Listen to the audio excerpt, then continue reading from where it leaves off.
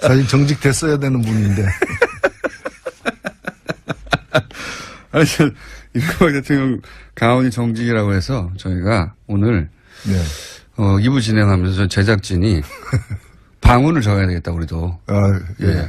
MB 강훈이 정직이라면 우리는 침묵이다. 방언이.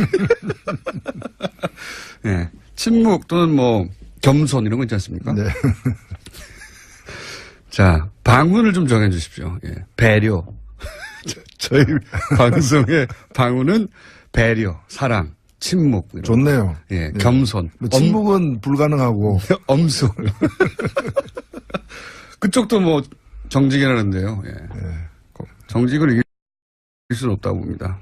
경건과 엄숙한 마음으로 오늘도 노루가즘을 진행해 보겠습니다.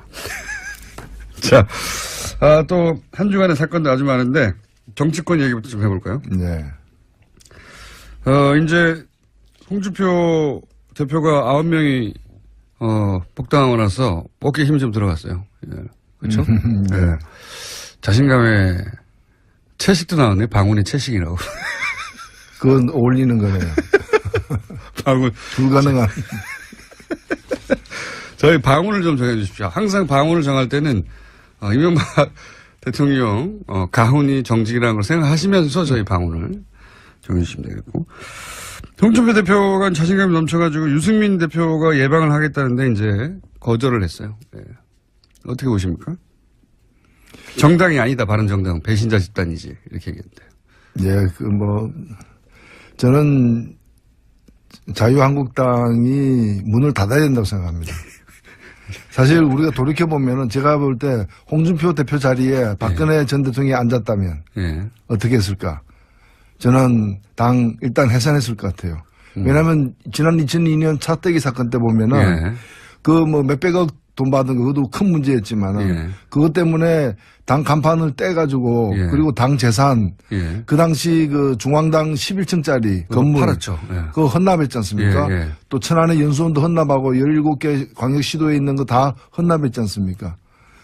근데 그런 정도로다가 해서 겨우 당을 살렸거든요. 근데 천막당사 이러면서 지금 그때하고 비교할 수 없는 어떤 정권을 갖다가 내주고 그것도 중도에 그리고 국정농단 세력으로 씻을 수 없는 낙인이 스스로 찍힌 상태인데 이 책임에 그 자유한국당이 왜 책임이 없습니까? 그러면 문을 닫아야죠. 그래서 사실은 지금 이 당은 해체하고 재건축이 필요한 당이지 뭐 약간 리모델링하고 뺑기칠하고 이래가지고 될 문제가 아니에요. 페인트칠보다 뺑기칠이 와닿긴 합니다만은. 그러니까 지금 황골탈퇴해야 되는데 지금 그 제스처만 취하고 있는 상황인데 왜 이 정도밖에 안 하냐. 오히려 황골탈퇴는 유승민 대표가 하고 있다고 저는 봅니다. 물론 이제 세력이 너무 적기 때문에 미약하기도 하고 걱정되기도 하지만은 오히려 그 길로 가야죠. 버리고 갔어야죠.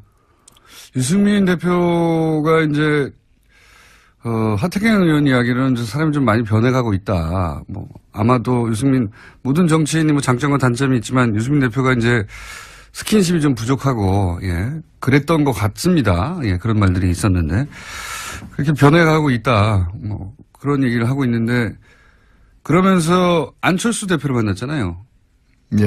이거는 어떤 포석입니까? 어떻게 대화하려고 하는 겁니까? 그림이 뭘까요? 아니, 뭐, 만날 수 충분히 있는 거고, 또 서로가 좀 비슷한 처지에 놓여 있는 면도 있는 것이고, 그래서 그런 서로의 필요 때문에 만나는 건 얼마든지 있을 수 있다고 봅니다. 첫 번째 만남이 그거니까. 그렇죠. 근데 아마도 뭐, 양현 씨 노래 중에 보면 이루어질 수 없는 사랑이라고 있는데. 이루어질 수 없는 사랑.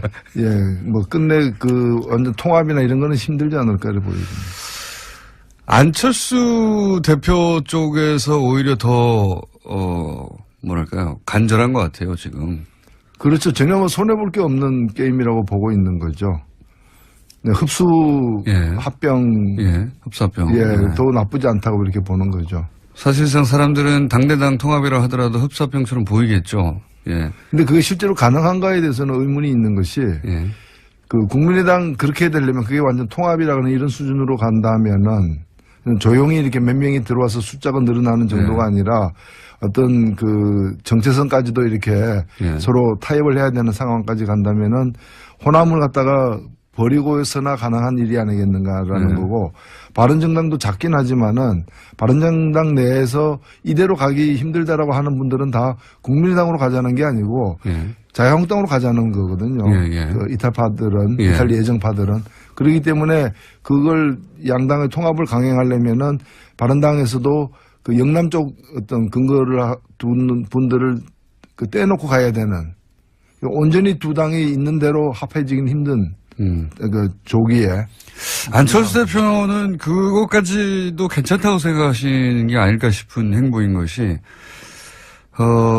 뭐 호남계 의원들이 당연히 그 바른정당과 합치는 데 있어서 햇볕 정책에 대한 뭐 견해 차이가 워낙 크고, 바른정당하고 대북 정책에 대한 그 견해 차이가 워낙 커서 호남계 그 의원들은 우리가 그거 버리고 갈 수는 없다 얘기하고 있지 않습니까? 근데 그럼에도 불구하고 계속 같은 방향으로 나아간 걸 보면 안철수 대표의 그림은 그런 거 아닐까요? 그 호남계 의원들이 일부 떨어져 나가더라도 상관없고, 그래서 조금 더 색깔이 보수에 가까워지는 것도 개의치 않고, 그리고 이제 유승민 의원과 그렇게 이제 호남계 의원들이 일부 떨어져 나온 다음에 합치고 자유한국당의 대선 후보가 누가 있냐. 홍준표 후보가 다시 대선 후보로 나올 수 있겠느냐. 이미 한번 실패했는데. 그러면은 이제 보수정당, 그 자유한국당에서도 주자도 그렇게 뚜렷하지 않으니 거기서 또 일부 떨어져 나와서 이렇게 세력을 합쳐서 중도 보수의 선두주자. 뭐 이런 그림을 그리고 있는 게 아닐까. 그렇죠. 처음에 새정치할 때는 그 개혁 정치 개혁으로서 정치 시작을 했었지만은 결국에 이제 거기서 자리를 잡지 못하고 또 자리를 만들지도 못하고 계속해서 이제 역함 해가지고 저 뒷칸으로 가는지 1호차를 탔는데 지금 이제 차는 계속 달리고 있는데 저 뒷칸으로 이렇게 해서 보수 정치에서 보수 영역에서 새 정치를 해보자. 이제 그런 쪽으로 가고 그렇게 보이죠? 예, 그렇게 보여지죠. 예, 점점 보수화되고 있는 것 같습니다. 그래서 온전히 통합이 아니라 일부 이제 이탈하더라도 상관없다고 생각하는 게 아닐까. 그렇죠. 내쫓지는 않겠지만은 나가는 건 말리진 않겠다라고 그런 뉘앙스로 또 얘기를 하기도 했죠. 예, 그런 스탠스인 것 같습니다. 그래서 그걸 새로운 3당 합당처럼 바라보는 게 박지원 전 대표인 것 같고, 예, 그렇게 합쳐지려고 하는 게 아니냐. 예. 그런 제안은 받을 수 없다. 이런 게 이제 박지원 대표를 위시한 호남계 의원들의 생각인 것 같은데, 가능할까요? 이 새로운 형태 3당 합당이? 조기에 가능하지는 않을 거고요. 그것을 가능성이 일단 저는 적고, 또 그걸 얻으려고 했을 때 그 놓아야 될, 그 감수해야 될 어떤 손실도 있기 때문에 최대치가 지방선거 때 광역단체장 그 유력 광역단체장 후보 중심으로 한 선거연대가 아닐까 이렇게 보여지고, 후보 그게 가능하려면은 본인이 나가야만 그 그림도 가능하다. 본인이 안 나간 채. 본인이 안 나간 채 그냥 경기도는 누구 원래대로 누구 그 다른 서울은 누구 이런 식으로 나누어 가지고는 시너지 효과가 없기 때문에 그냥 나누기만 할 뿐이지 어차피 다 못 나가니까 서로 취약 지역의 후보를 상대방 후보를 인정해 주는 그런 정도의 대단히 강도가 약한 연대이기 때문에 이걸 강도를 좀 세게 하려면은 걸어야죠. 본인을. 그러다가 예를 들어 서울시장 선거에 본인 직접 나왔는데 만약에 거기서 낙선하게 되면 정치적 타격이 굉장히 클 텐데요. 근데 정치라는 것이 옳다고 믿는다면은 크게 걸어야지. 안 다치는 위주로 가면은 노회찬 대표님도 많이 다쳐왔습니다. 많이 낙선해 왔습니다. 상처 투성입니다. 심지어는 의원직도 상실하기도 하셨고. 모든 종목을 석권하고 있습니다. 자, 그 정치권 이야기는 그렇고요. 최근에 MBC 사태는 이제 해결되어 갈 조짐이 보입니다. 이거 어떻게 평가하십니까? 네, 뭐 MBC는 이제 한 고비를 넘겼다고 보여지고 네. 이제 한 달 이내에 새 사장이 선임되면은 이제 빠르게 정상화되지 않을까 보여지는데 반면에 이제 KBS가 좀 시간이 많이 걸리게 지금 그렇죠. 되어 있습니다. 네. KBS 고대훈 사장은 방송법이 통과되면 이제 그때 가서 거취를 결정하겠다는 건데 이 말은 안 하겠다는 거잖아요. 네. 그렇죠. 뭐 예를 들면 박근혜 대통령 물러가라 그러니까 개헌하면 물러간다는 얘기가 똑같은 거죠. 자기 후임이 누가 오느냐에 영향을 미치는 방송법 개정에 자기가 왜 갔냐합니까? 그러니까요. 자기가 잘한 일을 잘못한 게 없다면 임기를 다 채우고 내년 말에 물러나야 될 사람이 중도에 물러난다면 그만큼 문제가 많았다는 걸 스스로 시인하는 건데 문제 많은 사람이 중도에 쫓겨나가면서 다음 사장은 어떤 사람이 돼야 된다. 또는 자기들이 유리한 사람들이 돼야 된다라고 요구하는 거와 마찬가지죠. MBC 김장겸 사장이 이제 해임안이 통과되면서 방문진에 의해서 남긴 말도 화제예요. 이제 본인이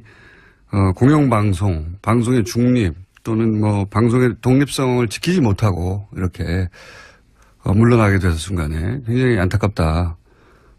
본인이 그러니까 그동안 공영방송의 독립성과 중립성을 지켜왔다는 얘기죠. 본인은. 예. 예, 그 정도 되면 이건 병입니다, 사실은. 참, 우리 언론이 언론도 많이 되돌아봐야 될 지점이에요. 이제 우리나라의 여러 가지 어떤 경제적이나 문화적 수준을 볼 때 주요 방송들이 어떤 예. 공영방송으로서 제대로 이제 신뢰받지 못하고 정립되지 못하는 데 대해서 좀 통렬한 자기 반성이 필요한 게 아닌가. 또 그걸 악용해왔던 정권들도 역시 마찬가지인 것이고. 그래서 이번 계기로 해가지고 뭐 특정 정권에 가까운 방송이 아니라 정권이 어떻게 변하든 간에 국민들을 대변하는 그런 공영방송의 어떤 공정성을 갖다가 회복이 돼야 될 것 같아요. 김장겸 사장은 이제 친박 핵심인들과 정기적인 모임을 가졌다고도 얘기되고 그리고 박근혜 전 대통령이 감옥에서 허리가 아프다 걱정되는 거죠. 예. 그런 보도를 지상파 중에 유일하게 뉴스를 계속 내보냈던 친박에 대한 걱정이 무척 많은 방송이었거든요. 예. 그러니까 공영방송이 걸어야 될 길에 대해서 기본이 안 돼 있는 거죠. 그냥 사적인 관계나 그런 특정한 어떤 정파의 이익을 위해서 소중한 국민의 자산인 전파를 낭비하는 그런 일을 계속 해온 거죠. 이분은 해임되고 나서 어디로 가실까요? 예. 김재철 사장은 이제 출마하려고 노력하셨는데 홍수를 못 받았죠. 네. 예. 경선에 나와가지고 표가 1%인가 밖에 못 받으셔가지고 경선에서 떨어지셨는데 이분도 그런 그림을 그린 게 아닐까 싶긴 합니다만 현재는 어쨌든 해임을 되셨고 이명박 전 대통령이 이제 공항에 바레인으로 강연을 떠나시기 전에 공항에 메시지를 냈습니다. 여러 가지. 예. 그 메시지는 보셨어요? 예, 저는 그 메시지는 그 메시지 자체가 우리 국민들을 좀 분노하게 만들기도 했지만 굉장히 이제 위급함을 느끼고 있는 그런 상황인 것 같아요. 본인들이. 예. 그렇죠. 이제 설마 했는데 예. 설마 김관진까지 저렇게 되는 걸 보면서 이제 예. 자신에 대한 형사처벌의 가능성, 예. 형사처벌을 시도할 가능성이 충분히 있다라고 그쪽 진영에서는 예. 그 판단을 갖다 확실히 한 것 같습니다. 그래서 그에 대한 이제 일단 대응, 방어책으로서 우선 일성을 갖다가 바레인 나가면서 바레인 간 뒤에 또 더 얘기가 무성하게 뻔하기 때문에 이제 1단계 대응을 한 게 아닌가 이렇게 보여집니다. 이제 보통 대통령이 직접 나오면 최후의 메시지가 나오는 건데 보통은 대통령이 할 말이 아니라 대변인이 할 말 아니었나요, 사실? 그렇죠. 예, 그 정도는. 그래서 저는 대통령이 직접 나와서 저 정도 메시지 할 거면 왜 하나 싶었거든요. 그만큼 이제 지금 인천공항에서 지금 한 발언이지만 사실상 거의 서초동 포토라인에 서서 한 발언처럼 이렇게 얘기를 한 거죠. 내용은 그렇습니다. 예. 그리고 연습이었나요? 자기가 당사자라는 걸 잘 아는 거죠. 그래서 저는 이게 이 정도 위에는 뭔가 대단히 큰 게 있을 것처럼 우리를 건들면 끝장나는 거야 이제 세계대전이 일어나는 거야. 이런 식의 가만히 있지 않겠다는 메시지가 계속 나오다가 전직 대통령이 직접 나왔는데, 이제 세계대전이야. 이런 메시지가 아니라, 예. 이렇게 하면 나라가 쇠퇴하게 돼. 나를 이렇게 치면 안 돼. 이렇게 이 정도 메시지에 불과해가지고. 그 마지막에 그 얘기는 했었죠. 지시했느냐. 예. 댓글 공작 같은 거 지시했느냐. 예. 상식적인, 상식 같은 말이어야 댓글을 하지. 이런 식으로 해서 자기를 이제 구체적으로 방어하기 시작한. 저는, 법률 방어를 하고 있는데. 예. 제가 받은 인상은, 법률 방어인데? 법률 방어를 이렇게 첫 메시지로 한다는 건 사실은 이쪽에다가 세계대전을 일으킬 만한 카드가 없구나. 그렇죠. 예. 아니, 지금 마음은 서초동에 가 있어요. 예. 그래서 예행 연습을 하고 있는 거 아니냐. 예. 서초동에 가 있다. 예. 실제 포토라인에 설 거라고 보십니까? 일단은 지금 이제 크게 두 가지인데 더 많은 것들이 앞으로 나올 가능성이 물론 있습니다만 현재까지 제기되는 의혹은 이제 국정원 의혹이 있고 국방부 의혹이 있는데 국정원 의혹은 사실은 원세훈 전 국정원장에 의해서 철저하게 부인되고 있어요. 그래서 이제 많은 어떤 의혹이 있지만, 이제 당연히 보고됐을 것이다. 또는 지시까지 받았을 수도 있다. 근데 이제 직접적이고 구체적인 당사자의 진술이 없기 때문에 멈춰 있는 반면에 국방부 의혹, 사이버 사령부 의혹 같은 경우에는 이제 지시를 받았고 보고를 했다라고 얘기하고 심지어는 우리 사람으로 뽑아라. 심리 전단 이제 댓글 부대원들이죠. 그걸 그걸 지시하면서 느리라라고 지시하면서 어떤 사람으로부터 충원할 것인가까지도 이제 지시를 했다는 거 아닙니까? 국방부 장관, 그러니까 사이버 사령부하고 국정원에서 각각 댓글 공장이 있었는데 국정원 쪽 댓글 공장은 원세훈 전 원장이 입을 열어야 되는데 거기는 그렇죠. 입을 안 열고 있고 이쪽은 이제 김관진 입을 열기 시작했죠. 입을 연 거죠.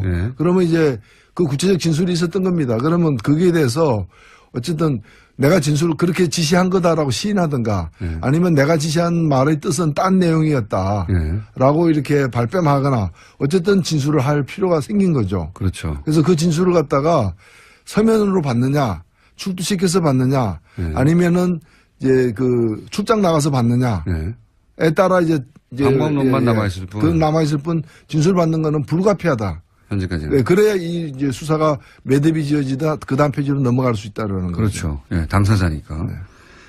요 댓글 공작 사안은 그렇고요. 지금 한참 많은 사람들이 궁금해하는 다스는 누구 겁니까? 요것도 수사가 되어서 어느 순간 포토라인에 쓸 가능성이 있지 않습니까? 그렇습니다. 예.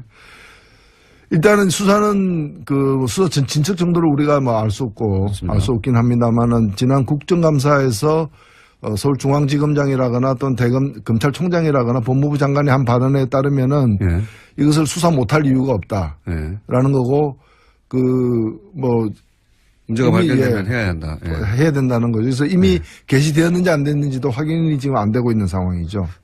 그러니까요. 예. 그거는 댓글 공작보다는 좀 은밀히 진행되고 있는 것 같긴 합니다. 검찰 내에서. 그렇죠. 사건이 성립되는지 따져보고 있는 거 수준인 것 같고. 그럼 내년쯤 돼야 이거는 윤곽이 좀 나오겠네요. 계속되는 상황이죠. 예. 제가 볼 때는, 요즘 또 한 갈래로 자원 얘기도 중간중간 나오지 않습니까? 볼레로 광산 얘기도 오늘 나왔던데. 이 자원 얘기 쪽은 어떻게 보십니까? 이미 저쪽에서는 이건 정책적 결단으로 이루어진 사업 중에는 성공한 것도 있고 실패한 것도 있는데 그걸 다 형사처벌의 대상으로 삼으면 되느냐. 기본 그리고 문제가 많았다는 거죠. 특히 근데 자원외교 같은 경우에도 상식적으로 정책적 판단의 미스로 벌어진 것인지 아니면 말도 안 되는 이제 그냥 직무유기에 가까운 그러한 일탈 행위로 인해 가지고 빚어진 참사인지는 혹은 사기인지요. 그것도 하나 따져주십시오. 그렇죠. 예. 그리고 사실은 우리가 그런 얘기가 많았습니다만은 이미 예정된 사기 있죠. 그 과정을 통해서 뭔가 옆으로 빼돌리는 그걸 예정하고 이제 진행하는 일도 과거에 보면은 그런 대형 비리로서 있었기 때문에 이 자원외교 관련해서 철저한 어떤 좀 조사가 필요하다고 봅니다. 근데 자원외교가 국내에 있었던 비리 사건하고는 다르게 해외에서 벌어졌다 보니까 돈을 추정하기도 어렵고 굉장히 수사가 어려워요. 그래서 다 왜 해외에서 했는지 모르겠는데. 이게 과연 밝혀질까요? 쉬운 일은 아니죠. 굉장히 어려운 일이다. 지금도 뭐 해외 계좌설은 뭐 끊임없이 지금 나옵니다만은 구체적인 물증을 잡기가 만만치는 않은 것 대목이죠. 자원외교야말로 사실 단위가 국내에 있는 뭐 사건들 몇백억, 뭐 천억 이런 거하고 차원이 다르지 않습니까? 조 단위로 보통 이루어졌기 때문에. 그 다음 정권하고 비교가 많이 되는 대목이죠.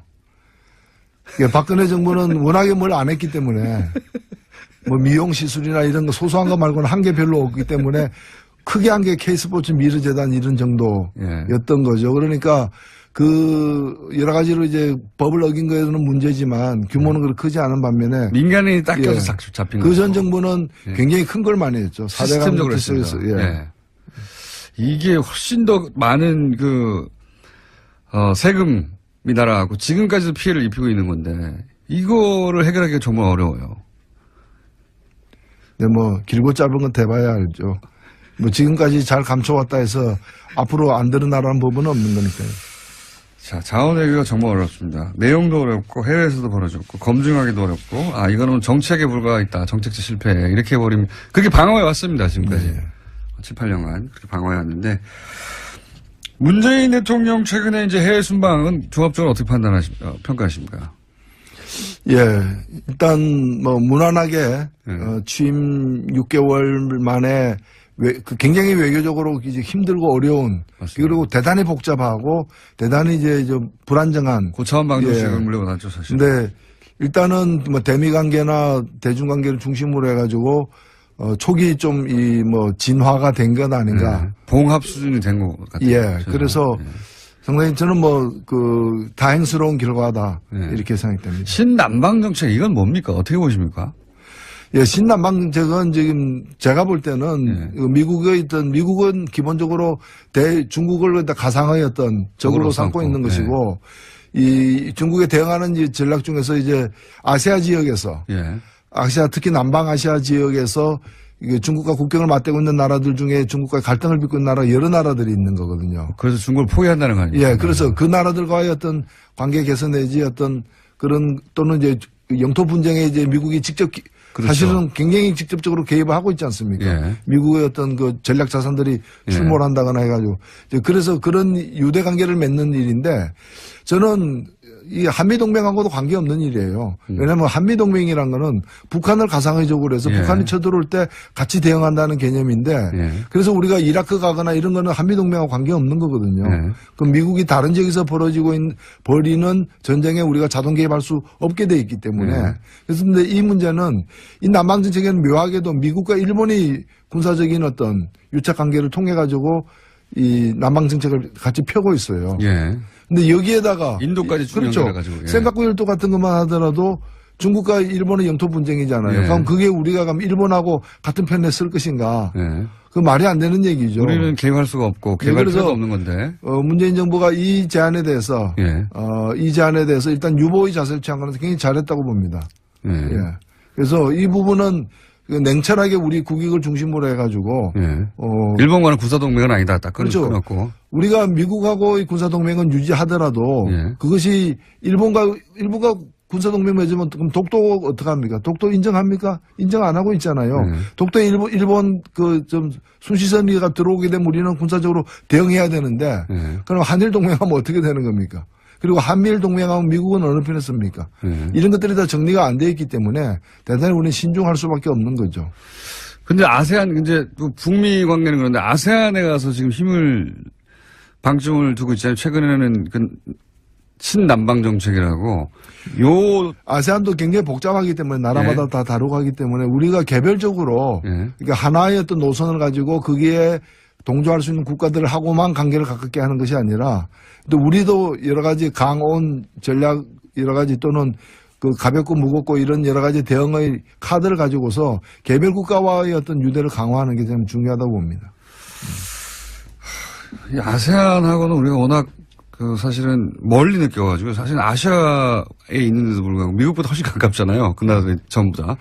근데 심리적 거리감은 미국보다 훨씬 멀어요. 주로 여기까지 우리 외교가 미국을 통한 외교였고 예. 그리고 모든 세계 현지에서 북한하고 위에 서는 게 우리 외교의 어떤 가장 큰 목표였는데 이미 그런 목표는 다 달성이 됐기 때문에 이제는 국가 이익을 중심으로 해가지고 아세안 국가 같은 경우에도 적극적으로 우리와 경제 교류를 하거나 협력을 할 수 있는 베트남이나 인도네시아나 이런 나라와의 관계를 갖다가 강화하는 인도 같은 나라들하고 실제로 그 나라들의 우리 시장도 굉장히 많이 열려 있고요. 또 문화적으로도 보면 한류 이런 것들의 그 파급도 굉장히 크기 때문에 그런 나라의 관계를 갖다가 돈독하게 하는 식으로 해서 우리 나름대로의 우리가 주체가 된 그런 남아시안 외교를 해야 된다고 저는 봅니다. 시간이 다 됐는데 한 가지만 여쭤보고 마무리할게요. 전병훈 수석은 어떻게 될 거라고 보십니까? 예, 저는 어제도 국회 운영위원회에 오셨더라고요. 그래서 만났는데 본인은 굉장히 당당하고 전면 부인하고 있는데. 예. 그래서 무엇이 사실인지 좀 지켜봐야 될 것 같고 참 세상이 많이 달라졌다. 이게 대통령 지금그래서 모시는 정무수석인데 정권 초기에 그것도. 정권 초기에 이 피의 사실이 지금 막 공표되고 있거든요. 이런 검찰에 의해서. 없었어요. 예. 과거 정권에서 보기 힘든 장면이다 봅니다. 한편으로는 굉장히 긍정적인 그렇게 해석하면. 네. 그러니까 청와대하고 조율을 안 했다는 거거든요. 전혀 조율이 안 된 거죠. 청와대에서 불만이 많다고 수석 정도 수사하려면 최소한 통지는 해줘야 될 거 아니냐고. 근데 어떻게 합니까? 검찰을 그렇게 통제하지 않겠다고 선언했는데요.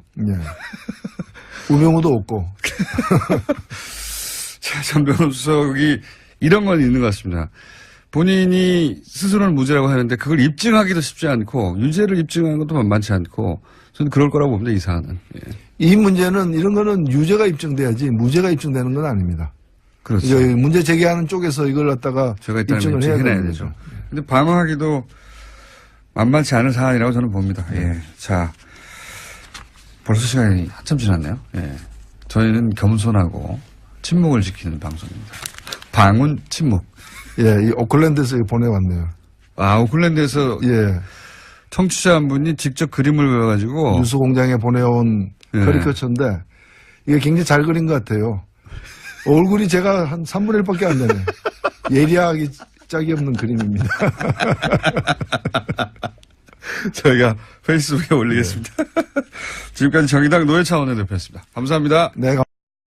바른정당도 작긴 하지만은 바른정당 내에서 이대로 가기 힘들다라고 하는 분들은 다 국민의당으로 가자는 게 아니고 자유한국당으로 가자는 거거든요. 그 이탈파들은 이탈 예정파들은 그렇기 때문에 그걸 양당의 통합을 강행하려면은 바른당에서도 그 영남 쪽 어떤 근거를 두는 분들을 떼놓고 가야 되는 온전히 두 당이 있는 대로 합해지긴 힘든 그 조기에. 안철수 대표는 그것까지도 괜찮다고 생각하시는 게 아닐까 싶은 행보인 것이, 호남계 의원들이 당연히 그 바른정당과 합치는 데 있어서 햇볕 정책에 대한, 견해 차이가 워낙 크고, 바른정당하고, 대북 정책에 대한 그 견해 차이가 워낙 커서 호남계 그 의원들은 우리가 그거 버리고 갈 수는 없다 얘기하고 있지 않습니까? 근데 그럼에도 불구하고 계속 같은 방향으로 나아간 걸 보면 안철수 대표의 그림은 그런 거 아닐까요? 그 호남계 의원들이 일부 떨어져 나가더라도 상관없고 그래서 조금 더 색깔이 보수에 가까워지는 것도 개의치 않고 그리고 이제 유승민 의원과 그렇게 이제 호남계 의원들이 일부 떨어져 나온 다음에 합치고 자유한국당의 대선 후보가 누가 있냐. 홍준표 후보가 다시 대선 후보로 나올 수 있겠느냐. 이미 한번 실패했는데. 그러면은 이제 보수정당, 그 자유한국당에서도 주자도 그렇게 뚜렷하지 않으니 거기서 또 일부 떨어져 나와서 이렇게 세력을 합쳐서 중도 보수의 선두주자. 뭐 이런 그림을 그리고 있는 게 아닐까. 그렇죠. 오히려 그 길로 가야죠. 버리고 갔어야죠. 유승민 대표가 이제 하태경 의원 이야기는 사람이 좀 많이 변해가고 있다. 아마도 유승민 모든 정치인이 장점과 단점이 있지만 유승민 대표가 이제 스킨십이 좀 부족하고 그랬던 것 같습니다. 그런 말들이 있었는데 그렇게 변해가고 있다. 그런 얘기를 하고 있는데 그러면서 안철수 대표를 만났잖아요. 이거는 어떤 포석입니까? 어떻게 대화하려고 하는 겁니까? 그림이 뭘까요? 아니, 뭐, 만날 수 충분히 있는 거고, 또 서로가 좀 비슷한 처지에 놓여 있는 면도 있는 것이고, 그래서 그런 서로의 필요 때문에 만나는 건 얼마든지 있을 수 있다고 봅니다. 첫 번째 만남이 그거니까. 그렇죠. 근데 아마도 뭐 양현 씨 노래 중에 보면 이루어질 수 없는 사랑이라고 있는데. 이루어질 수 없는 사랑. 예, 뭐 끝내 그 완전 통합이나 이런 거는 힘들지 않을까 보여집니다. 안철수 대표 쪽에서 오히려 더, 뭐랄까요. 간절한 것 같아요, 지금. 그렇죠. 전혀 뭐 손해볼 게 없는 게임이라고 보고 있는 거죠. 네, 흡수 합병. 흡수 합병. 더 나쁘지 않다고 이렇게 보는 거죠. 사실상 사람들은 당대당 통합이라 하더라도 흡수 합병처럼 보이겠죠. 근데 그게 실제로 가능한가에 대해서는 의문이 있는 것이. 그 국민의당 그렇게 되려면 그게 완전 통합이라는 이런 수준으로 간다면은 조용히 이렇게 몇 명이 들어와서 숫자가 늘어나는 정도가 아니라 어떤 그 정체성까지도 이렇게 서로 타협을 해야 되는 상황까지 간다면은 호남을 갖다가 버리고서나 가능한 일이 아니겠는가라는 거고, 처음에 새 정치할 때는 그 개혁 정치 개혁으로서 정치 시작을 했었지만은 결국에 이제 거기서 자리를 잡지 못하고 또 자리를 만들지도 못하고 계속해서 이제 역함 해가지고 저 뒷칸으로 가는지 1호차를 탔는데 지금 이제 차는 계속 달리고 있는데 저 뒷칸으로 이렇게 해서 보수 정치에서 보수 영역에서 새 정치를 해보자. 이제 그런 쪽으로 가고 그렇게 보이죠. 그렇게 보여주죠. 점점 보수화되고 있는 것 같습니다. 그래서 온전히 통합이 아니라 일부 이제 이탈하더라도 상관없다고 생각하는 게 아닐까. 그렇죠. 내쫓지는 않겠지만은 나가는 걸 말리진 않겠다라고 그런 뉘앙스로 또 얘기를 하기도 했죠. 그런 스탠스인 것 같습니다. 그래서 그걸 새로운 3당 합당처럼 바라보는 게 박지원 전 대표인 것 같고, 그렇게 합쳐지려고 하는 게 아니냐. 그런 제안은 받을 수 없다. 이런 게 이제 박지원 대표를 위시한 호남계 의원들의 생각인 것 같은데, 가능할까요? 이 새로운 형태 3당 합당이? 조기에 가능하지는 않을 거고요. 그것을 가능성이 일단 저는 적고 또 그걸 얻으려고 했을 때 그 놓아야 될 그 감수해야 될 어떤 손실도 있기 때문에 최대치가 지방선거 때 광역단체장 그 유력 광역단체장 후보 중심으로 한 선거연대가 아닐까 이렇게 보여지고 후보 그게 가능하려면은 본인이 나가야만 그 그림도 가능하다. 본인이 안 나간 채 본인이 안 나간 채 그냥 경기도는 누구 원래대로 누구 뭐 홍준표 대표가 자신감이 넘쳐가지고 유승민 대표가 예방을 하겠다는데 이제 거절을 했어요. 어떻게 보십니까? 정당이 아니다. 바른정당 배신자 집단이지 이렇게 얘기했는데. 저는 자유한국당이 문을 닫아야 된다고 생각합니다. 사실 우리가 돌이켜보면은 제가 볼 때 홍준표 대표 자리에 박근혜 전 대통령이 앉았다면 어떻게 했을까? 저는 일단 해산했을 것 같아요. 왜냐하면 지난 2002년 차떼기 사건 때 보면은 몇백억 돈 받은 거 그것도 큰 문제였지만은 그것 때문에 당 간판을 떼가지고 그리고 당 재산 그 당시 그 중앙당 11층짜리 건물 팔았죠. 그거 헌납했지 않습니까? 또 천안의 연수원도 헌납하고 17개 광역시도에 있는 거 다 헌납했지 않습니까? 근데 그런 정도로다가 해서 겨우 당을 살렸거든요. 천막 당사 이러면서 지금 그때하고 비교할 수 없는 어떤 정권을 갖다가 내주고 그것도 중도에 그리고 국정농단 세력으로 씻을 수 없는 낙인이 스스로 찍힌 상태인데 이 책임에 그 자유한국당이 왜 책임이 없습니까? 그러면 문을 닫아야죠. 그래서 사실은 지금 이 당은 해체하고 재건축이 필요한 당이지 뭐 약간 리모델링하고 뺑기 칠하고 이래가지고 될 문제가 아니에요. 페인트 칠보다 뺑기 칠이 와닿긴 합니다만은. 그러니까 지금 황골 탈퇴해야 되는데 지금 그 제스처만 취하고 있는 상황인데 왜 이 정도밖에 안 하냐. 오히려 황골 탈퇴는 유승민 대표가 하고 있다고 저는 봅니다. 물론 이제 세력이 너무 적기 때문에 미약하기도 하고 걱정되기도 하지만은